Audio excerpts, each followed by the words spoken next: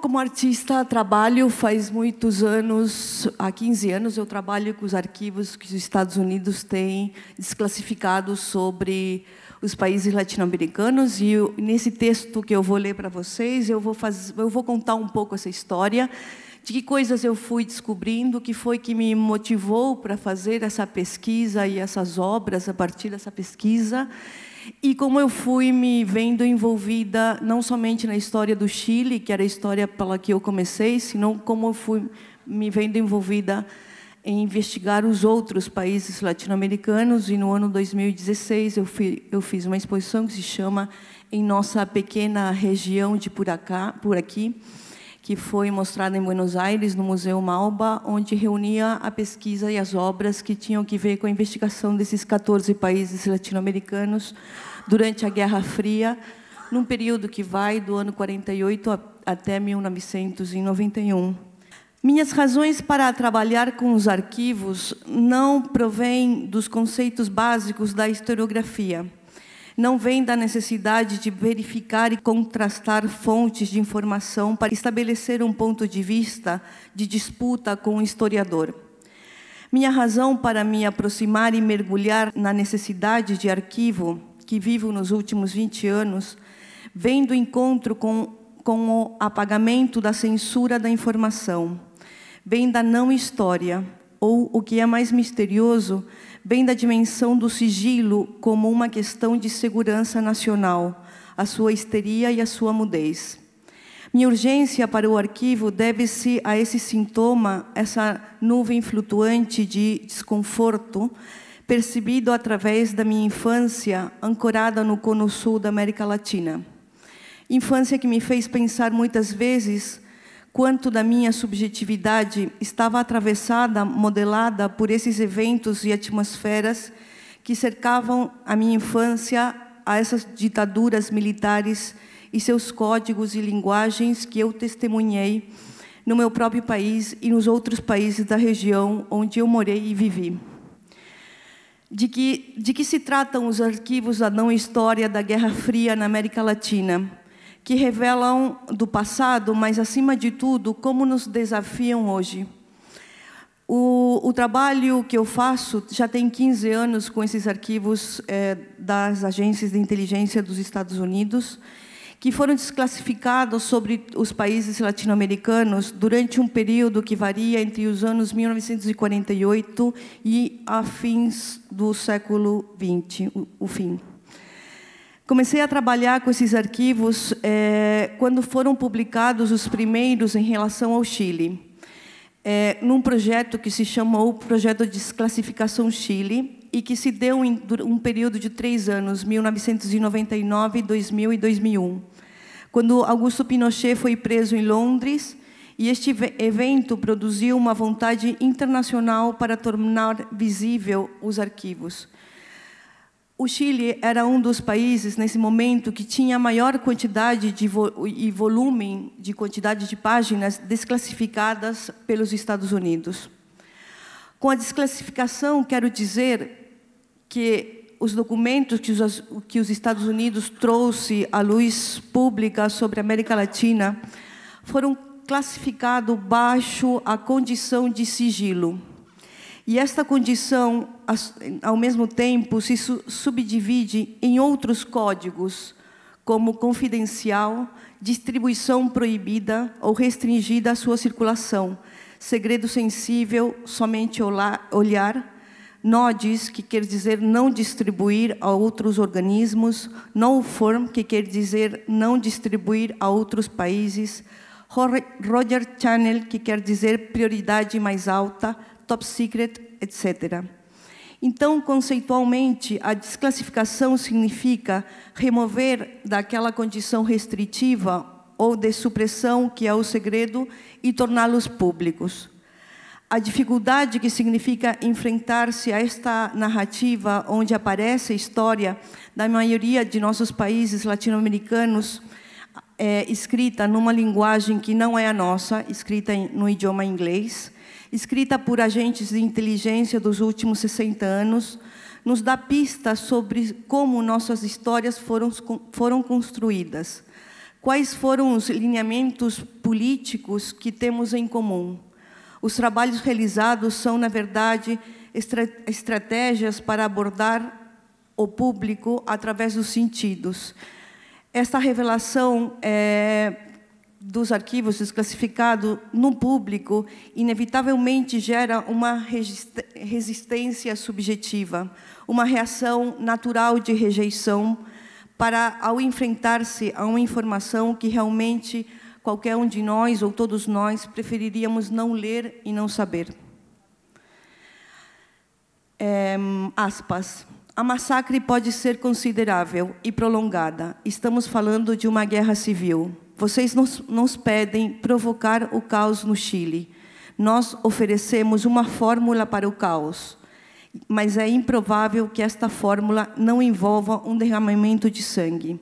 Ocultar o envolvimento dos Estados Unidos será, sem dúvida, impossível. Cabograma da base ultra-secreta da CIA em Santiago do Chile, no dia 10 de outubro de 1970. No ano 1999, o governo dos Estados Unidos anunciou a desclassificação de documentos dos seus serviços secretos sobre a recente história do Chile. Lembro-me de viver essa notícia como um choque, com uma expectativa, já que pensava ou sentia que ia se produzir uma grande agitação histórica no Chile produto disto. No entanto, isso não aconteceu, e até hoje apenas alguns livros coletam essa informação, mas para mim isso se tornou uma questão simbólica. Os arquivos desclassificados foram disponibilizados ao público por meio de um site oficial distribuído na internet pelo governo dos Estados Unidos. Ao baixar alguns desses arquivos, eu tive uma primeira impressão diretamente relacionada com o sentido da desclassificação e dos documentos. Ter acesso à informação que eu tinha pressentido durante toda a minha vida e que para minha geração significava ter acesso a documentos burocráticos com dados concretos, datas, quantidades de dinheiro, pessoas envolvidas, esquemas de organização, planejamentos estratégicos escritos. Ter acesso a esse aspecto da realidade com que a gente ainda não tinha se enfrentado, pois no Chile, pelo menos, havia uma grande falta de documentação. Minha geração foi uma geração que teve que ouvir as, entre aspas, versões conflitantes da história, ou seja, versões propagandísticas, ideológicas da história, com os testemunhos e testemunhas opostas dessas versões contraditórias, com manchetes nos jornais que diziam, entre aspas, não existem tais desaparecidos. Essa desclassificação de um grande volume de informação que veio dos Estados Unidos prometia que os dados concretos dos 40 anos de história, que até aquele momento apareciam em segredo para os chilenos. Da mesma forma, sofri um segundo impacto, porque muitos desses documentos estão riscados. Em espanhol chama-se tacha, que é o risco de censura gráfica. Não achei a palavra em português. Mas quer dizer parágrafos e páginas inteiras apagadas com linhas, listras ou bloques pretos. Fiquei comovida por essa informação apagada e, ao mesmo tempo, pela história do Chile, aquela que senti pequena e insignificante desde aquela supressão. E pensei no abismo que havia entre os acontecimentos que os chilenos tinham padecido e aqueles bloques pretos. Em uma citação interessante que fez Bill Clinton, provinda daqueles anos, pronunciada para celebrar a desclassificação, ele disse, entre aspas, os chilenos têm o direito a conhecer a sua história. Interessante. Interessante por várias razões. A primeira é que, segundo isto, não conhecíamos a nossa história. E que não tínhamos esse direito, e que esse direito somente foi otorgado ao começo do século XXI. Interessante também pensar que esse direito não estava completo, pois havia muitas páginas completamente apagadas, nesses párrafos ou linhas que dificultavam a compreensão da informação e que, além do mais, estavam em inglês, uma língua estrangeira. Eu quero parar e fazer uma pequena reflexão sobre o significado político de que é uma mancha de censura de informação num documento histórico. As exclusões são uma exclusão da informação, que permite que um documento classificado como segredo, como sigilo, baixo sigilo, seja liberado dessa condição e, portanto, desclassificado. Não é apenas um ato histérico de mostrar e reprimir uma coisa simultaneamente, mas é um cruzamento que tem uma marca burocrática, digitada ou manuscrita, que indica que o interesse que corresponde a essa necessidade de manter a informação em segredo. Pode-se ler do lado dessas manchas uns códigos que dizem B1, B2, B6, etc. Esses códigos referem-se à questão a quais são as razões de segurança nacional da América do Norte para manter essa informação escondida hoje. Quero dizer com isso que, mesmo quando o documento é de 1972, por exemplo, existem razões no presente para que essa informação não seja revelada. O que equivale a entender que esta marca corresponde ao presente do documento. Pode ser que a operação de inteligência descrita nesse documento ainda esteja ativa.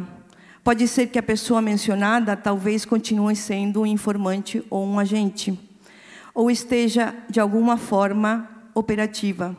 Pode ser que a informação se refira a algum interesse norte-americano que permanece intacto ao longo do tempo. Ou seja, o que nos impacta desse apagamento não é apenas que aí tem algo que eu não posso ler.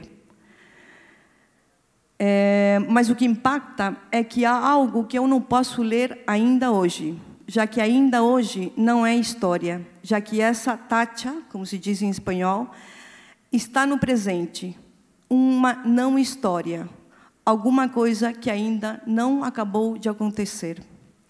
Pensar na dimensão geopolítica dessa informação e como ela envolve toda a região da América Latina é compreender que uma das características da política da metade do século XX nos coloca obrigatoriamente na discussão política, econômica e também cultural sobre as diretrizes com as quais a região é definida e determinada, desde estes pontos de vista econômicos, políticos, culturais. Pensar que isso não tem um correlato na arte é ignorar a plataforma histórica na que nos movemos. Recentemente, Charles Etche, que também foi curador da Bienal de São Paulo no ano de 2014, escreveu um texto para o livro que a gente apresentou no Malba. Entre todas as coisas que ele planteia, acho que ele planteia um ponto a partir da obra em nossa pequena região de Poracá, que eu acho muito interessante de trazer para essa discussão sobre geopolítica. E ele diz assim: o que estou propondo é que a arte possa ser entendida com uma natureza que contém duas antologias paralelas, ou duas maneiras pelas quais ela possa ser classificada e identificada. Em contextos acadêmicos de museus, a história da arte e a estética se aspira, por cima de tudo, a identificar obras de arte com uma discussão em torno da estética exercida por pares, artistas, distribuidores nominais, curadores, críticos, buscando engajar-se em uma troca equitativa de proposições formais, materiais e éticas em contextos culturais, étnicos e geográficos. Isto poderia ser denominado como uma abordagem universalista e a maneira predominante pela qual a arte é representada na discussão pública oficial. Uma segunda ontologia coloca a arte dentro de uma estrutura geopolítica, como portadora de um valor social, civilizador avançado. Aqui a arte moderna é geralmente classificada de acordo a critérios locais ou regionais, especialmente na tradição ocidental, e é usada como medida de aceitação social de conceitos políticos como democracia, liberdade, tolerância e progresso em diferentes países e cultura.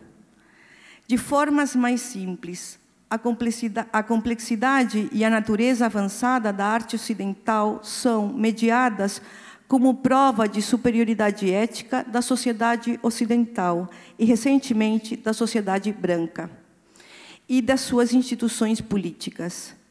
Embora a primeira ontologia permita a possibilidade de que os sujeitos não ocidentais adiram a esse discurso sobre a arte, esses artistas não ocidentais somente poderão fazê-lo sob os termos da segunda ontologia proposta, é dizer, baixo essa ontologia etnográfica ou geopolítica.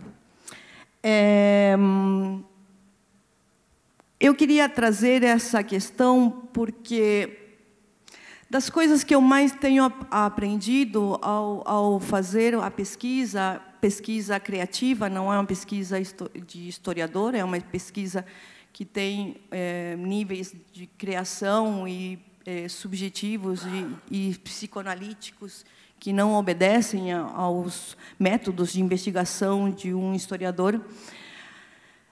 Acho que uma das coisas que eu mais aprendi foi a entender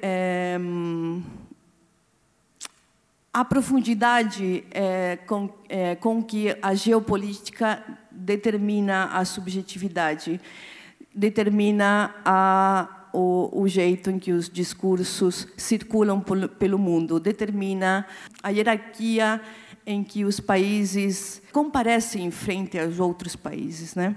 De ler todos esses arquivos de inteligência da América Latina, uma das minhas conclusões mais significativas foi entender que nós não temos o suficientemente claro que talvez ainda, é a minha opinião subjetiva, artística, moramos baixo sistemas decoloniais, coloniais, não somente em termos econômicos e geopolíticos, mas sim também, mas sobretudo em termos psíquicos e subjetivos que nos impedem ver até que ponto as nossas histórias e as nossas decisões políticas, econômicas e culturais ainda não nos pertencem.